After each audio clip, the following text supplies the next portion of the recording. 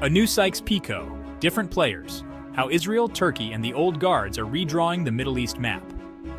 The Middle East, once carved up by the secretive Sykes-Picot Agreement of 1916, is now witnessing the rumblings of another potential reshaping. This time, the players have shifted, but the motives remain the same: control of resources, influence, and the dismantling of resistance to external domination. Turkey, with its thinly veiled claims of historical rights to cities like Mosul and Aleppo, stands at the forefront of these maneuvers, aligning with Israel and leveraging ongoing regional conflicts to position itself as a central power broker in a region on the brink of another imposed reconfiguration. Turkey's hidden agenda, flimsy claims cloaked in history. Turkey's insistence on its historical ties to northern Iraq and Syria is as much about modern ambition as it is about Ottoman nostalgia. Mosul and Aleppo were undoubtedly part of the Ottoman Empire, but the fallacy lies in framing this history as a legitimate basis for reclaiming these territories a century later.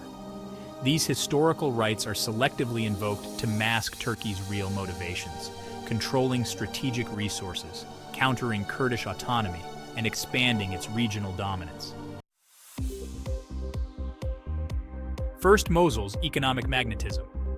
Mosul's oil-rich fields make it a prime target for Turkey, far outweighing any cultural or historical connections Ankara claims.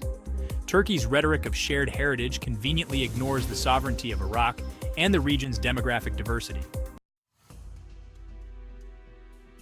Second, Aleppo as a gateway. Aleppo, a historic trade hub, represents not just a cultural link to Turkey, but a strategic prize for controlling northern Syria's economic and transit routes. Turkey's military presence in northern Syria, justified under the guise of fighting Kurdish militias, aligns with its broader agenda to assert dominance over a weakened Syrian state. The realpolitik behind Turkey's moves. Turkey's actions are not isolated. They are part of a larger tapestry of geopolitical machinations that harken back to the colonial mindset of Sykes-Picot. Just as France and Britain divided the region with a pen, Turkey is now attempting to redraw the map with military incursions, refugee resettlement plans, and proxy alliances.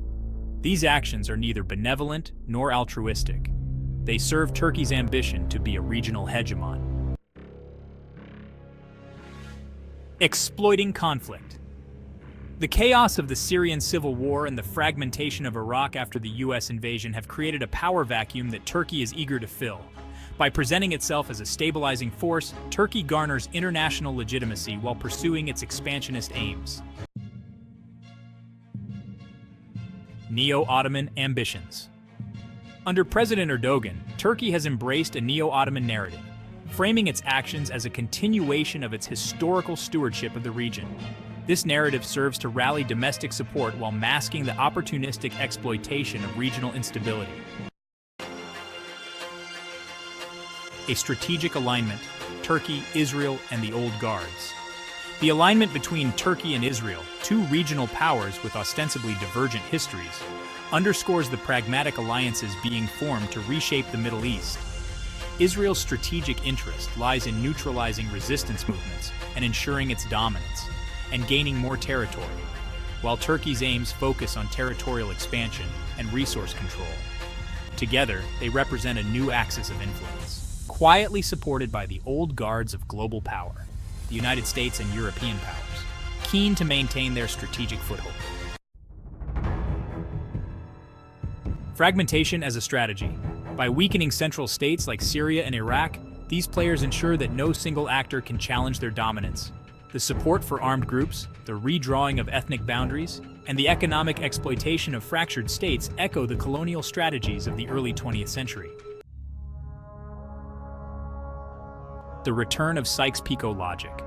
Just as the original Sykes-Picot Agreement disregarded the people of the region, the current maneuvers similarly dismiss the rights of Iraqis and Syrians to self-determination.